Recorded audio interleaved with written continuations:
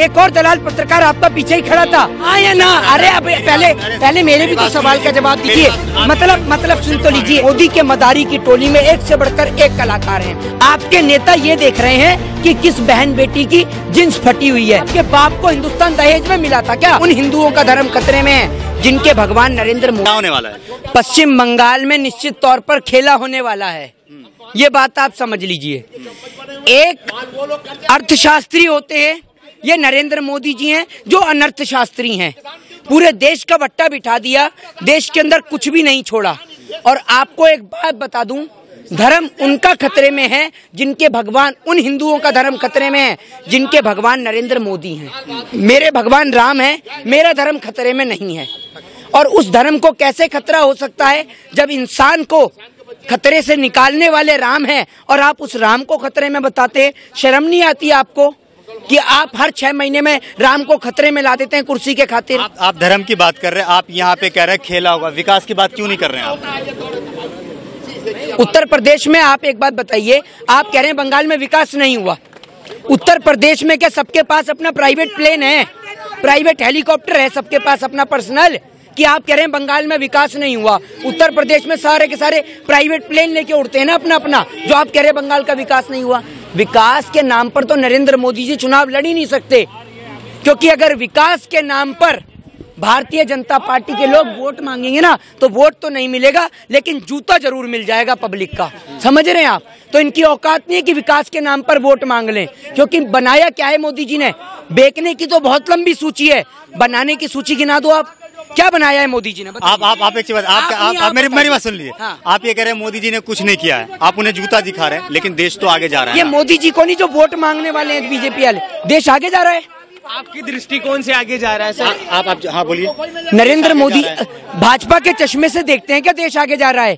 देश पीछे की ओर आ रहा है। इंसान आज अपनी बाइकों को छोड़कर वापस बैलगाड़ी पे आ रहा है, साइकिल पे आ रहा है, और देश आगे जा रहा है।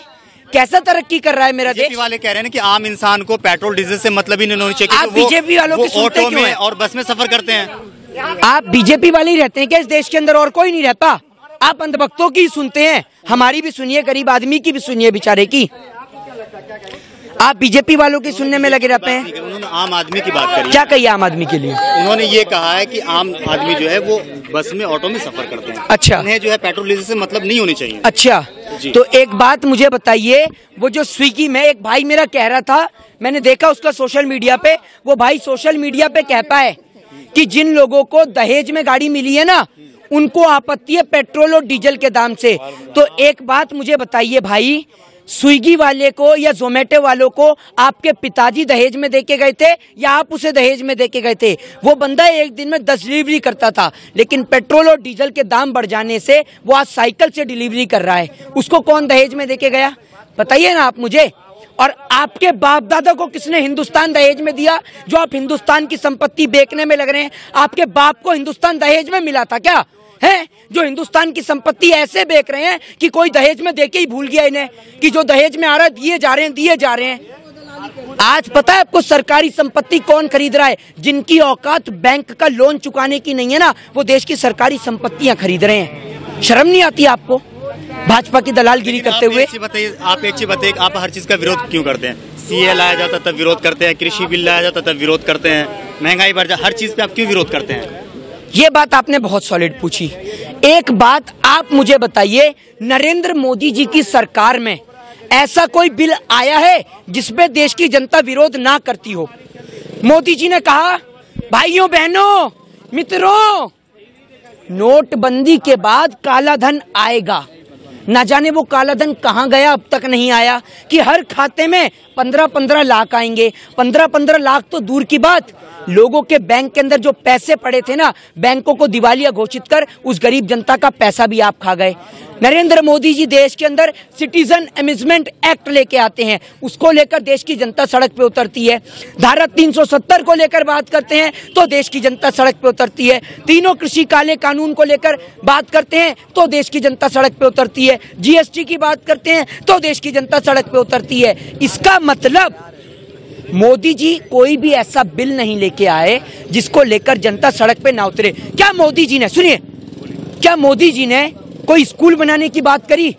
कि हम बंगाल के अंदर 100 स्कूल बनाएंगे नए, हम बंगाल के अंदर 1000 नए अस्पताल बनाएंगे, एम्स बनाएंगे, मेडिकल फैसिलिटीज देंगे। नरेंद्र मोदी जी अगर वादे के सच्चे होते ना, मोदी नहीं मदारी है, और झूठ बोलने की पैदाइशी बचपन से इन्हें बीमारी है। समझ रहे हैं? आप मोदी जी के बारे में कह रहे हैं कि कोई सा मतलब किसी चीज के बारे में यहाँ पे नहीं कहे कि हम यहाँ पे हॉस्पिटल बनाएंगे, कॉलेजेस बनाएंगे, लेकिन मोदी जी ने कहा था ना कि हम सोनार बांग्ला बनाएंगे। यहाँ पे 11,000 करोड़ का पैकेज भी दिया है। एक बात मुझे बताइए, पिछले 7 साल से प्रधानमंत्री एक ही होता है ना देश में। पिछले 7 साल से बंगाल बांग्लादेश में था, नेपाल में था, पाकिस्तान में था या अफगानिस्तान में था। जो आप पिछले 7 साल में बंगाल को सोने का नहीं बना पाए, अपने उत्तर प्रदेश को सोने का नहीं बना पाए। उत्तर प्रदेश में बहन बेटियों की इज्जत आबरू नहीं बच रही। आपके नेता ये देख रहे हैं कि किस बहन बेटी की जींस फटी हुई है।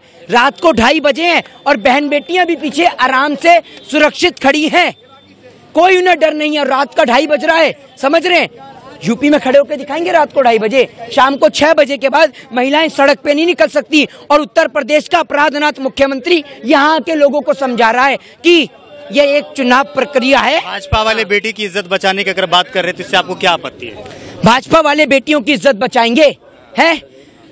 अगर बेटियों की इज्जत बचने की जरूरत है तो भाजपा वालों से ही।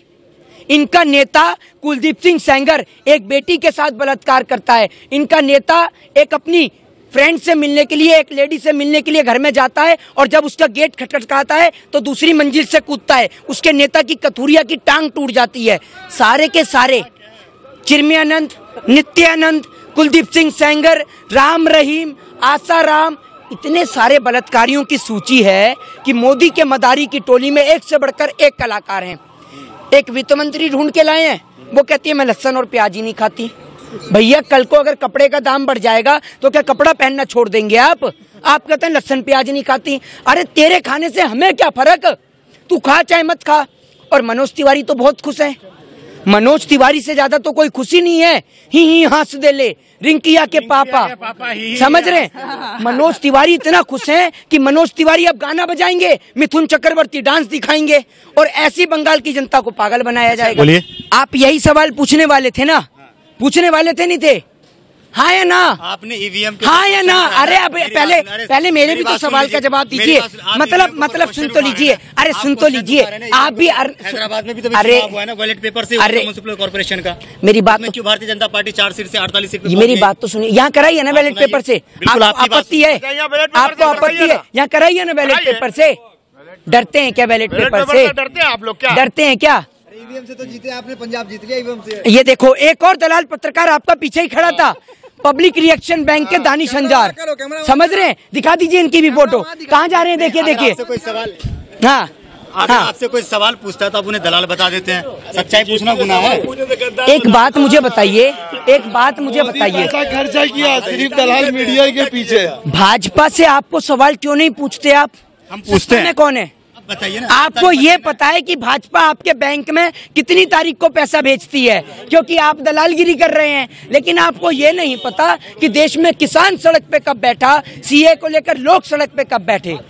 आप ईवीएम की अगर बात करते हैं ना, तो इसी ईवीएम को लेकर भारतीय जनता पार्टी के नेताओं ने इतनी मोटी मोटी किताबें लिख रखी हैं कि ईवीएम कैसे हैक होता है। तो उन्हें पढ़िए, उनसे सवाल करिए, हमसे क्या सवाल कर रहे हैं। और ब्रेकिंग न्यूज हेडलाइंस, बंगाल चुनाव के चलते कोरोना ने बंगाल में आने से किया इनकार।